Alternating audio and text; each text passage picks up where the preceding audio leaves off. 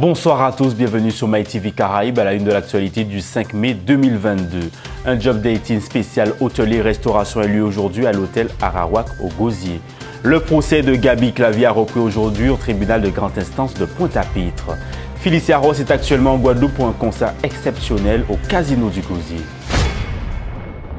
La crise sanitaire a fortement impacté le secteur de l'hôtellerie et de la restauration. Cependant, le potentiel d'offres d'emploi demeure. Afin de répondre à ces besoins, Pôle emploi Guadeloupe et Île-du-Nord a organisé un job dating hôtelier-restauration ce jeudi 5 mai 2022 à l'hôtel Arawak au Gosier. L'objectif, c'était de placer les demandeurs d'emploi présélectionnés, de permettre aux employeurs de rencontrer les profils adaptés, de réaliser un maximum d'entretiens à un temps court et surtout d'avoir un retour immédiat des entretiens. Quelques secteurs dans lesquels il y a beaucoup de demandes de recrutement, ce qu'on appelle les secteurs sous tension, parce que c'est là où on a besoin vraiment de trouver des volontaires pour venir travailler dans les entreprises. Il y a trois gros secteurs. Il y a le secteur du BTP, il y a le secteur de l'aide à la personne, de l'aide à domicile, et puis il y a le secteur de l'hôtellerie-restauration. Et donc avec Pôle emploi ou avec d'autres institutions, ça dépend, on peut travailler aussi avec les missions locales. Là aujourd'hui c'est avec Pôle emploi. On cherche à en faire rencontrer le besoin et le besoin de trouver du travail et puis le besoin des entreprises de pouvoir employer des gens. Et un job dating, ça sert à ça. Ça sert vraiment à mettre en relation de façon directe les entreprises avec les demandeurs d'emploi. Simplement, c'est pas juste une organisation où on les fait se rencontrer. Pôle emploi a beaucoup travaillé en amont, c'est-à-dire qu'ils ont présélectionné, ils sont allés voir des demandeurs d'emploi qui étaient déjà qui avaient une expérience ou qui avaient une formation ou qui étaient intéressés par l'hôtellerie-restauration. Ils leur ont proposé ce job dating et pour les préparer, on leur a rappelé un certain nombre de gestes techniques. Il y a pu y avoir des formations, y compris pendant le Covid. Il y a eu 600 personnes qui ont été formées, auxquelles on a rappelé tous les gestes techniques de l'hôtellerie-restauration puisqu'ils n'avaient pas pu travailler. Et puis là, pour préparer ce job dating, on leur a rappelé un certain nombre de règles. On les a entraînés aussi à passer des entretiens parce que ça n'est pas évident non plus à faire. Et donc, vous voyez, tout ça est préparé. Et les entreprises, de l'autre côté, ont préparé aussi ces rendez-vous avec des offres d'emploi, avec une présentation de ce qui pourra être fait. Et puis, il y a un point qui est important, et ça, c'est tout le travail de Pôle emploi. Il y a des grands professionnels qui sont venus. Il y a Madame Martineau qui est venue ici, vous savez, la chocolatière qui est ici. On a des chefs qui vont venir aussi pour expliquer vraiment ce que sont les métiers de l'hôtellerie et de la restauration. Aujourd'hui, on est venu déjà soutenir l'action et ensuite recruter, parce que c'est ce que tous les patrons aujourd'hui sont là et vont faire aujourd'hui. Trouver les pépites, trouver toutes ces perles qu'on a qui sont cachées chez nous et qui ont du mal à rentrer en contact avec nous. Et ce type de manifestation est là pour les rapprocher des employeurs et des employés. Voilà. Moi, chaque fois qu'il y a quelque chose qui va tirer notre jeunesse et qui va tirer notre population vers le haut, moi je considère que ma présence est indispensable. Nous avons mis en place ce job dating de manière à permettre aux entreprises de rencontrer plusieurs demandeurs d'emploi dans les différents métiers, mais aussi permettre aux demandeurs d'emploi de rencontrer plusieurs entreprises dans différents domaines de métiers. Aujourd'hui, nous les avons rencontrés. Nous les avons préparés en un premier temps 5 à 7 minutes pour convaincre. Et suite à ça, aujourd'hui, ils sont venus au rendez-vous. Les employeurs sont très satisfaits. Pourquoi? Parce que, étant donné que nous avons préparé ces candidats, lorsqu'ils arrivent devant l'employeur, ils sont déjà préparés, ils peuvent répondre à toutes les questions importantes que l'employeur attend d'eux, surtout mettre en valeur leurs compétences, leur savoir-faire, leur savoir-être et leur, l'accueil. Voilà. En parlant de l'hôtellerie, comment fonctionnent aujourd'hui les hôtels au niveau de la Guadeloupe et aux yeux des syndicats? Écoutons Teddy Sarmezan, le délégué syndical UGTG-UTHTR, et José Neyjus, le secrétaire général de l'UGTG-UTHTR.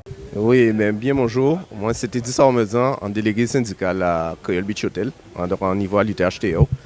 Et effectivement, au niveau à l'hôtellerie, et c'est vrai que nous avons un lobby qui pas collé, surtout au niveau de la Creole Beach. Nous avons rappelé que c'est là via le collé et Arnous gérant.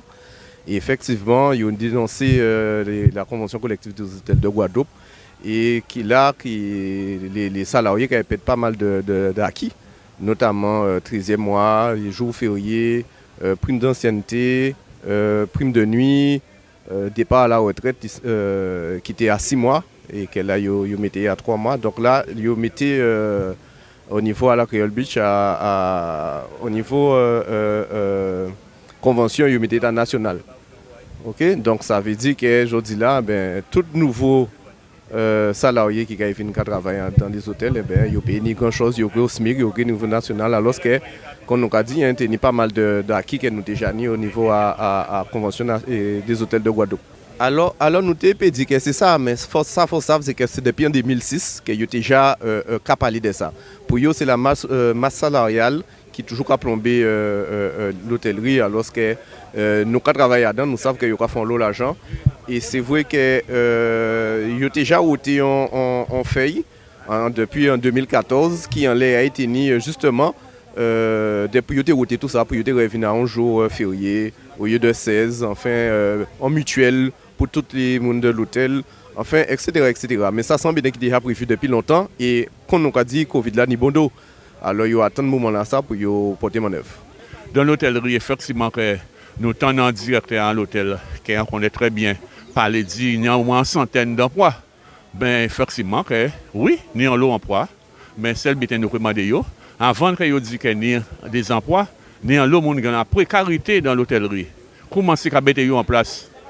Celle qui est effectivement que là où il va parler, bon, parce que c'est parler pour parler, mais nous avons dit comme ça que là nous avons commencé dans l'hôtellerie, commencer les NAO. Alors là, ça va nous plus force de commencer ouvert sur les NAO et pour nous demander de rétablir les mondes en droit, les mondes qui travaillent, qui sont en précarité, ni au moins 20 ans, 30 ans, ils vont travailler. Alors comme ni des postes, là dans l'hôtellerie, nous avons pensé que là, nous payons en l'autre difficulté. À baisser mon travail pour obtenir en condition de travail, pour obtenir en fiche de paie, pour faire un point. Alors, si nous postes, nous avons dit effectivement, nous postes, puisque nous avons le monde qui fait le choix de faire notre métier, parce que là, il y a un nombre de temps qu'il y a travaillé dans l'hôtellerie, 20 ans, 30 ans, et il n'y a pas fait rien. Alors, c'est pour ça que vous avez trouvé que c'est par rapport à la situation, à traitement que vous avez fait dans l'hôtellerie, que vous n'avez pas ni pour le monde qui travaille dans l'hôtellerie, difficilement pour vous trouver un extra. Parce qu'il n'y a pas qu'à traiter comme pour traiter.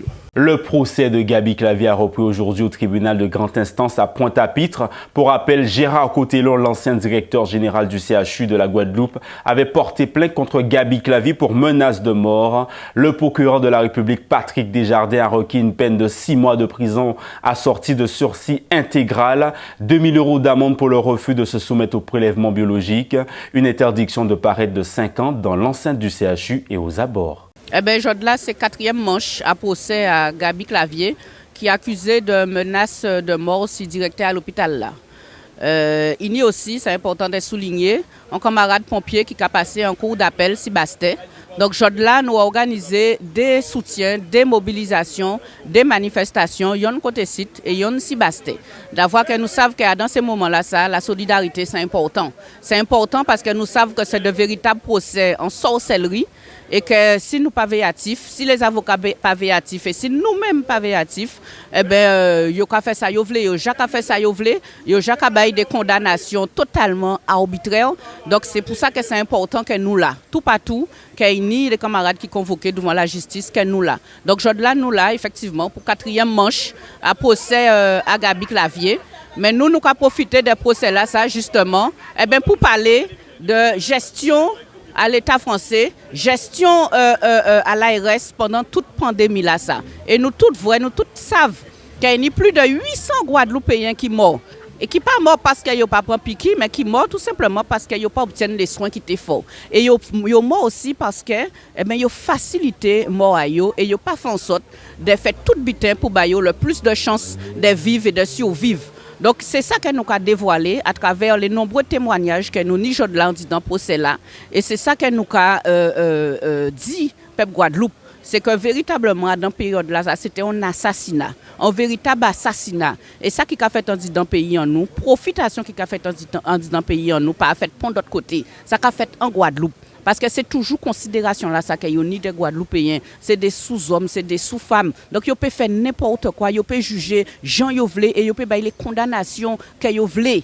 Et ça nous a dit non, ça pas normal. Donc c'est pour ça que nous là et nous faisons en sorte que le peuple Guadeloupe bien comprendre qu'il a passé, bien comprendre dans quelle situation que nous y est, bien comprendre que la Guadeloupe qui vit actuellement et bien comprendre que nous pas d'autres choix qui mobilisent nous tout partout, mobiliser nous ici devant le tribunal là, mais mobiliser nous aussi le samedi matin en la rue là pour faire comprendre que de toutes les manières nous peut que laisser yo couillonner nous et yo que respecter nous en dit dans pays là ça. Oui, c'est la 4e fois là que nous avons revenir côté site, mais nous avons dit il a duré d'avoir nous choisi de dire il n'y a pas procès à Gabi Clavier, mais c'est bien sûr procès à système de soins qui a fait dans Guadeloupe et procès à les gens qui initié, qui a encadré, qui a géré le système de soins en Guadeloupe. Et c'est pour ça que nous, aujourd'hui là, nous choisissons de dénoncer le système de soins là ça, et c'est pour ça que nous avons l'autre témoin, nous avons 11 témoins, mais nous aussi 8 avocats, donc c'est normal que ça a duré autant de temps. Reprocher Gabi, mais c'est l'habitude de nous, hein. Gens nous parler, gens nous vivre, gens nous fonctionner dans ce pays là,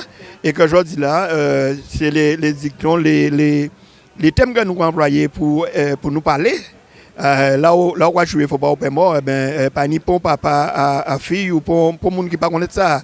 Donc encore une fois, nous disons pour c'est lui, mais c'est pour détourner l'attention sur la réalité à payer nous.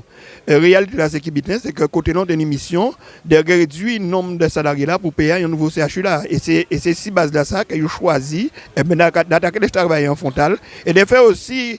Nous comprenons que si vous avez attaqué fonctionnaire, vous pouvez attaquer tout travailleur. De toute manière, nous présents là pour tant que ça va aller, nous pouvons faire ça qu'il faut. La mobilisation qui est montée crescendo, d'avoir nous savons que nous là pour un bon moment. Et nous pouvons dire d'ores et déjà dit, nous avons un meeting qui est fait au soir là, devant le tribunal là, d'avoir pour nous la mobilisation, ça est essentiel dans l'île que nous avons mené. La Guadeloupe sera représentée en Colombie pour participer à la qualification des Jeux panaméricains 2023 du 5 au 18 mai au programme des entraînements et des compétitions. Je suis ce matin à l'aéroport régional de la Guadeloupe pour accompagner, pour déjà surveiller tous mes tireurs qui partent en Colombie pour une prestation de force olympique et de ski olympique. Leur objectif, c'est de retourner sain et sauf, déjà en bonne santé, et surtout d'avoir une bonne cohésion pour l'équipe, surtout ça. Individuel, on les connaît tous déjà individuellement, mais au niveau collectif, j'aurais préféré qu'ils soient encore plus soudés. C'est surtout ce que je souhaite à cette équipe qui part ce matin en Colombie. Qu'est-ce qu'il y a d'autre à dire? Je suis confiant. Vous savez, on a des tireurs il n'y a que des jeunes tireurs et il y a des encadrants qui sont compétents. Donc je fais à tout le monde confiance, sans exception. Le directif, c'est d'être en équipe, de sauver la Guadeloupe en équipe. Ce sont les seuls directifs que j'ai à leur donner. Ils doivent revenir avec une médaille ou pas? Être parti pour la Guadeloupe. Ils viennent avec tout ce qu'ils doivent venir, sans exception. Vous savez, on va là-bas, on ne sait pas ce qui se passe, comment sont les conditions, mais la seule chose que je sais, c'est qu'ils ont confiance. On leur fait confiance et ils nous feront confiance. C'est le jour J pour le départ en Colombie, pour la qualification des Jeux centra-américains de la Caraïbe, qui débute dimanche 8 et qui se termine dimanche 15 mai. Donc l'équipe est au grand complet, sauf Michael Michaud qui nous rejoint directement en Colombie ce soir. Donc il y a une bonne cohésion de groupe, tout le monde était à l'heure ce matin, ils sont contents, un peu de stress à gérer, mais globalement tout va bien. Voilà, ils sont prêts à en découdre dès samedi après-midi à l'entraînement pour voir les conditions climatiques. Parce que là, j'ai regardé ce matin, il pleut beaucoup. Il ne fait pas très chaud. Donc, il faudra gérer toute cette partie-là. Et ensuite, on va répéter nos gammes et faire ce qu'on sait faire. Voilà. Et surtout, si tout se passe bien, il faut vraiment qu'on ramène ces quotas-là pour participer aux Jeux de l'année prochaine au Salvador. Dimanche dernier, on a eu une bonne répétition, grandeur nature. Rendez-vous au club à 8h30 au BTC La Madeleine, dont je remercie parce qu'ils ont été là pour nous pour pouvoir faire les entraînements depuis 2 mois. Donc on a fait 3 parcours au ski, 3 parcours à la fosse avec un débriefing à la fin. 45 minutes à 1 heure entre les 2 parcours pour pouvoir vraiment répéter ce qu'on aura la semaine prochaine. Les résultats sont bons. Un tireur près qui n'a pas tiré comme d'habitude, mais globalement les résultats sont bons pour l'équipe. La préparation, en tant que sportif, je l'ai bien faite, mais je suis quand même un patron de société, donc je ne pouvais pas me préparer tout le temps. Donc je me suis préparé le samedi, le dimanche. J'ai l'habitude, puisque j'ai déjà fait beaucoup de compétitions. Mais au jour d'aujourd'hui, c'est no stress. On part sans stress et on va donner tout ce qu'on peut. Voilà.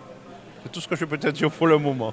Ah oui, mais ça va être un départ fastidieux parce qu'il faut savoir qu'on a beaucoup de temps d'attente dans chaque aéroport et qu'il faudra gérer ce temps-là pour ne pas arriver trop fatigué et le récupérer rapidement en Colombie. Je vais représenter la Guadeloupe en fosse olympique en Colombie.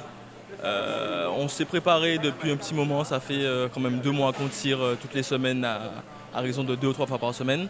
Donc normalement nous avons mis toutes les chances de notre côté pour, j'ai envie de dire, amener les quotas. Et aujourd'hui c'est le départ et le grand jour. Et d'ici 3 jours, on sera vraiment dans la compétition et on va mettre tout en œuvre pour amener les quotas à la Guadeloupe. Bonjour, moi c'est Ingrid Moueza, donc tireur de fosse également. Avec l'équipe d'Anthony, on s'est préparé, comme il le disait, donc en entraînement intensif 2-3 jours par semaine. Nous espérons effectivement faire le meilleur pour pouvoir revenir avec les quotas souhaités. Comme on appréhende, ça va être un peu difficile vu qu'on a 24 heures de vol.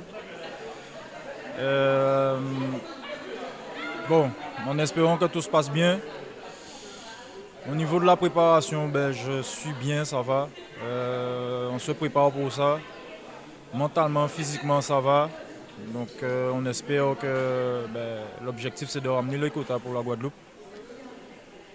En espérant que tout se passe bien. Je représente le ski féminin. Donc au niveau de la préparation, on a quand même eu la chance d'avoir notre entraîneur, monsieur Christian Offrand, qui nous a beaucoup aidé pendant toutes ces semaines en fait, pour qu'on puisse être prêt pour cette compétition. Donc je pense que je ne parle pas au nom de tout le monde, mais je pense qu'aujourd'hui on est prêt et on va donner le meilleur de nous-mêmes pour surtout représenter la Guadeloupe.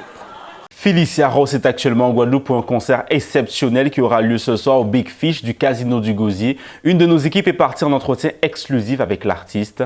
Regardons en images. Ce soir, tu as une représentation très importante qu'on a attendue longtemps, qui se déroulera au Casino du Gosier à la salle Big Fish. Donc comment est-ce que tu te sens? Comment tu appréhendes? Est-ce que tu as hâte? Est-ce que tu es un peu stressé? Dis-nous tout. Non, stressé même pas. Je suis très hâte de performer pour la première fois après le confinement, après Covid, en Guadeloupe, au Casino du Gosier, qui est vraiment magnifique. Ils ont tout refait. Ah oui. Oh, tu sais, c'est magnifique, complètement refait. Et on va cartonner ce soir au Big Fish, Félicia Ross en live Guadeloupe. En acoustique, en acapella, avec tout le monde, des artistes accompagneront sur scène, j'imagine aussi. Oui, il y a des musiciennes, mon clavier, le mode, le style. Ah, ça va être lourd. Et l'espace est vraiment magnifique. Donc il faut que les gens viennent te voir. Ah ouais, c'est déjà sold out. Sold out. Eh ben, vous pouvez plus. Déjà. Vous pouvez plus. Il va falloir regarder ça en ligne peut-être. Oui. Eh ben, Suivez-nous. Voilà. Il faut nous suivre. Ben, merci beaucoup, on a hâte de voir ça et bon courage surtout pour ta représentation. Merci. A lot of love. Thank you, baby. Appreciate you. L'artiste martiniquais David Obadja était également en Guadeloupe pour un live acoustique accompagné du chanteur Sahel ce soir au Jardin de Paco à Bémao, illustration en images. Alors je suis en Guadeloupe pour un concert ce soir avec Sahel au Paco Lounge. Ça va être le feu les gars. Donc il y aura des good vibes, des bonnes vibrations ensemble en constellation parce que c'est ça que nous y est au Jassav. Big up.